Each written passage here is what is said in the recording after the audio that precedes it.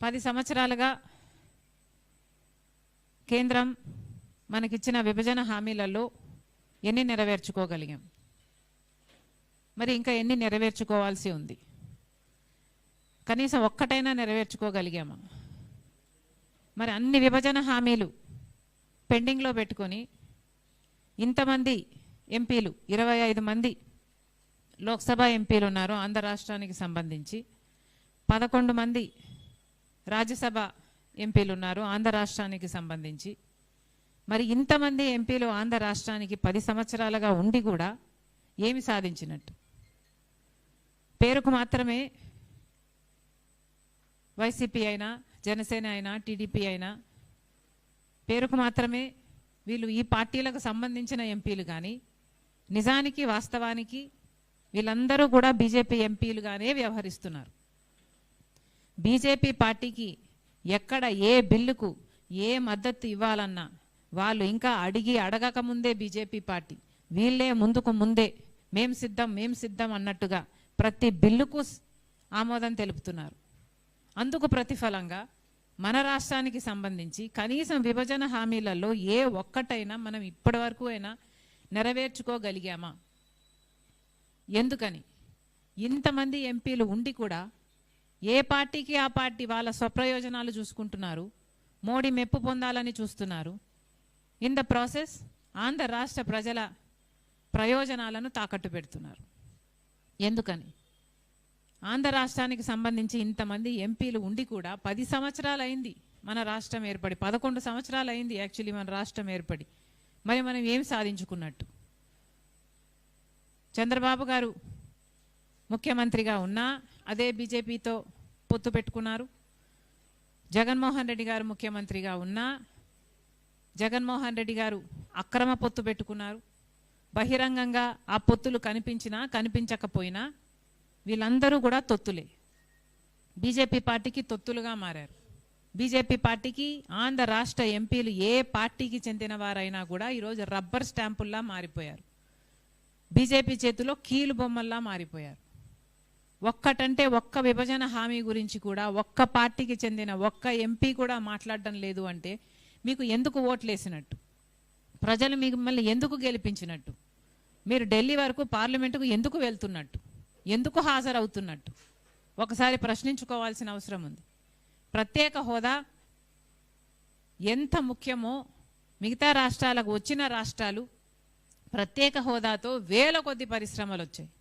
మరి ప్రత్యేక హోదా 15 సంవత్సరాలు కావాలని చంద్రబాబు గారు అంటే, మోడీ గారేమో 10 సంవత్సరాలు ఇస్తామని అధికారంలోకి రాకముందు మాటిస్తే, మరి అధికారంలోకి వచ్చి 11 సంవత్సరాలు అయినా మోడీ ప్రధానమంత్రిగా 11 సంవత్సరాలుగా ఉండి కూడా ఇంతవరకు కూడా ప్రత్యేక హోదా మనం సాధించుకోలేదు అంటే మరి ఈయన మోడీ అనాలనా కేడీ అనాలనా? కేడీ అనడంలో తప్పేముంది? ఆంధ్ర రాష్ట్ర ప్రజలకు నిజంగానే మోసం జరిగిందా లేదా? ఇది వాస్తవం అవునా కాదా? ప్రత్యేక హోదా ఇవ్వమన్నారు, అయినా ఏమీ మాట్లాడలేదు. ఆ తర్వాత ప్రత్యేక హోదా సంజీవినినా? ప్రత్యేక హోదా కాకుండా 70,000 కోట్లు స్పెషల్ ప్యాకేజ్ తెచ్చుకుందామన్నారు. 70,000 కోట్లు స్పెషల్ ప్యాకేజ్ ఏ మూలకు సరిపోతుంది?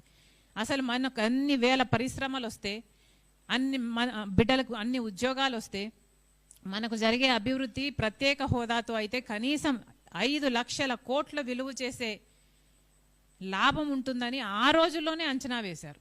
మరి అలాంటిది 70,000 కోట్లతో స్పెషల్ ఎకనామిక్ ప్యాకేజ్ ఇస్తామని ఒప్పుకోవడం దుర్మార్గం కాదా? ఇప్పటికైనా చెప్తున్నాం, రాహుల్ గాంధీ గారు 10 సంవత్సరాల ప్రత్యేక హోదా ప్రామిస్ చేశారు. కాంగ్రెస్ పార్టీ అధికారంలోకి వచ్చిన వెంటనే అది అమలు చేస్తుంది. కానీ ఈ లోపల కూడా మన ఆంధ్ర రాష్ట్రానికి చెందిన ఎంపీలందరూ కలిసి ప్రత్యేక హోదా మీద నిలదీయాల్సిన అవసరం ఉంది. ప్రత్యేక హోదా మీద తాడో బేడో తేల్చుకోవాల్సిన అవసరం ఉంది. చంద్రబాబు గారు సమాధానం చెప్పాలి. ఎందుకు కూటమికి మీరు మద్దతు ఇస్తున్నారు? ఎందుకు బీజేపీకి మీరు మద్దతు ఇస్తున్నారు? ఈరోజు మీ మద్దతు లేకపోతే అసలు కేంద్రంలో బీజేపీ మోడీ ఉండే పరిస్థితే లేదు. మరి మనకి ఏం లాభం చేస్తున్నారని చంద్రబాబు గారు మద్దతు ఇస్తున్నారో ఆంధ్ర రాష్ట్ర ప్రజలకు సమాధానం చెప్పాలి. పోనీ ఒక్క ఎంపీ అయినా ఇప్పుడైనా ఒక్క పార్టీ అయినా మాట్లాడుతుందా అంటే అసలు ప్రత్యేక హోదా ఊసే లేకుండా పోయింది. అంటే జనాలను మెల్లగా మభ్యపెట్టి అసలు ఈ ప్రత్యేక హోదా అన్న విషయం మర్చిపోయేటట్టు చేస్తున్నారు. ఇది కుట్ర కాకపోతే ఏమిటి అని అడుగుతున్నాం. ఈ ఎంపీలందరినీ కూడా మళ్ళీ చెప్తున్నాం, మీకు ఏ మాత్రం దమ్ము ధైర్యం ఉన్నా, మీలో తెలుగు జాతి రక్తం ప్రవహిస్తున్నా మీరు నిలదీయాల్సిన అవసరం ఉంది. మోడీని నిలదీయాల్సిన అవసరం ఉంది, ఎంతైనా ఉంది. తాడో పేడో తేల్చుకోవాల్సిన అవసరం ఉంది.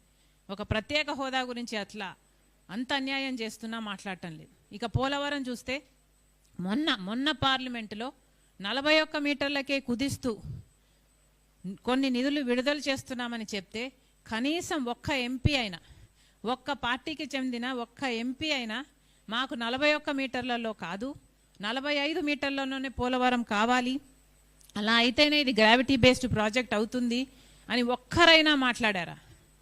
బీజేపీ కుట్ర పన్నుతుంది 25,000 కోట్ల రూపాయలు R&R ప్యాకేజ్ మిగిలించుకోవడం కోసం. వీళ్ళందరూ కూడా భాగస్వామ్యులయ్యారు. మిగతా పార్టీల అందరు ఎంపీలు కూడా ఒక్కరంటే ఒక్కరు కూడా మాట్లాడలేదంటే మరి వీళ్ళు ఎంపీలుగా ఉండి ఏం లాభం? పోలవరంలో నుంచి ఆ జీవమే తీసేస్తున్నారే, ఇది అన్యాయం కాకపోతే ఏమిటి? మళ్ళీ చెప్తున్నాం, ఇప్పటికైనా ఈ సమావేశాల్లోనైనా ఎంపీలందరూ కలిసి పోలవరం ప్రాజెక్టు 45 మీటర్లలోనే మాకు కావాలి అని డిమాండ్ చేయాలి, నిలదీయాలి. మోడీ గారిని నిలదీయాలి, పార్లమెంట్లో సమయం అడగాలి, వీటి గురించి మాట్లాడాల్సిన అవసరం ఉంది. ఆంధ్ర రాష్ట్రానికి ఇంత అన్యాయం జరుగుతున్నా కూడా, ఇంత మంది ఎంపీలు ఉండి కూడా మనం కనీసం పోలవరం కూడా సాధించుకోలేకపోతే మీరు అట్టర్ ఫెయిల్యూర్ అయినట్టేనని మరోసారి కాంగ్రెస్ పార్టీ చెప్తుంది. ఇక రాజధానికి సంబంధించి పూర్తి నిధులు ఇవ్వాలి అన్నది విభజన హామీ, మన హక్కు. రాజధాని వాళ్ళు కట్టివ్వాలి. మోడీ గారు చెప్పిన దాని ప్రకారమే చూసుకున్నా ఢిల్లీని తలపించే రాజధాని అన్నారు. చంద్రబాబు గారు 70,000 కోట్ల రూపాయలు రాజధాని కట్టడానికి అంచనా వేశారు. మరి ఇప్పటికీ 31,000 కోట్ల రూపాయలు ఇస్తున్నట్టు, అందులో 15,000 ఏమో గ్రాంటు, మిగతా 16,000 ఏమో అప్పు కింద ఇస్తున్నట్టు ఉంది. మరి మిగతా డబ్బులంతా అప్పు కిందే ఇస్తారా? మరి ఇది ఎక్కడి న్యాయం అని అడుగుతున్నాం.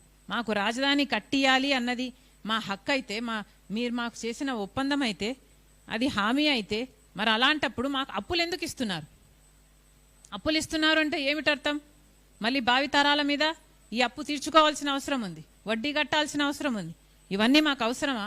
ఆంధ్ర రాష్ట్రం విడిపోయినప్పుడు ఆంధ్ర రాష్ట్ర ప్రజలకు మీరు ఇచ్చిన హక్కు, ఢిల్లీ లాంటి రాజధాని కట్టిస్తామన్నారు, సింగపూర్ అన్నారు, ఇస్తాంబుల్ అన్నారు, పెద్ద పెద్ద మాటలు చెప్పారు. ఎలక్షన్లు వచ్చినప్పుడల్లా పెద్ద పెద్ద మాటలు చెప్పారు. మరి అలాంటప్పుడు ఇప్పుడున్న ఎంపీలు కనీసం మాకు అప్పు కాదు, మాకు నిధులే కావాలి, మాకు నిధులే ఇవ్వాలి అని ఇప్పటికైనా నిలదీస్తారా అని చూస్తున్నారు ఆంధ్ర రాష్ట్ర ప్రజలు. ఈ ఎంపీలు, ఇంతమంది ఎంపీలుండి కనీసం రాజధాని అయినా మనం సాధించుకోలేకపోతే ఇక మనం ఏం సాధించుకున్నట్టు? పక్క రాష్ట్రాలకు అంది ఉన్నాయి. తెలంగాణకు హైదరాబాద్ ఉంది, చెన్నై ఉంది, బెంగళూరు ఉంది, మనకేముంది? ఇప్పటికైనా కూడా ఈ ఎంపీలందరూ కూడా మాకు అప్పులొద్దు, మాకు రాజధానికి నిధులే కావాలి అని ఇప్పటికైనా డిమాండ్ చేయగలరా? వీళ్ళకి ఆ దమ్ముందా? కాంగ్రెస్ పార్టీ ప్రశ్నిస్తుంది.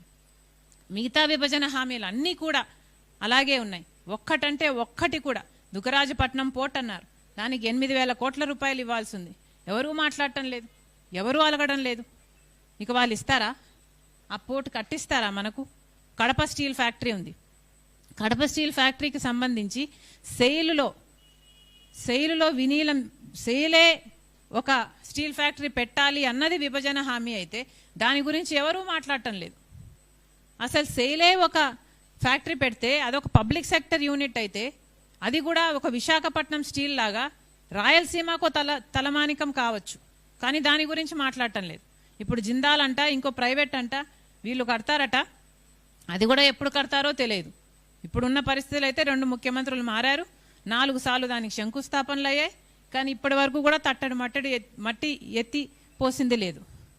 మరి ఇలా ఉంటే విభజన హామీలలో మనకు ఒక్కటంటే ఒక్కటైనా దక్కుతుందా అన్న అనుమానం ప్రజలకు రాకపోవడం ఆశ్చర్యం కాదు కదా. అన్నీ ఆలోచించుకోవాల్సిన అవసరం ఉంది.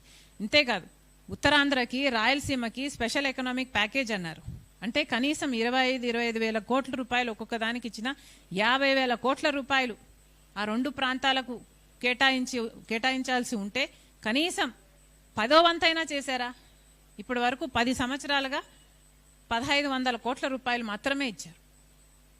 మరి ఎప్పుడు సాధించుకోవాలి ఇవన్నీ?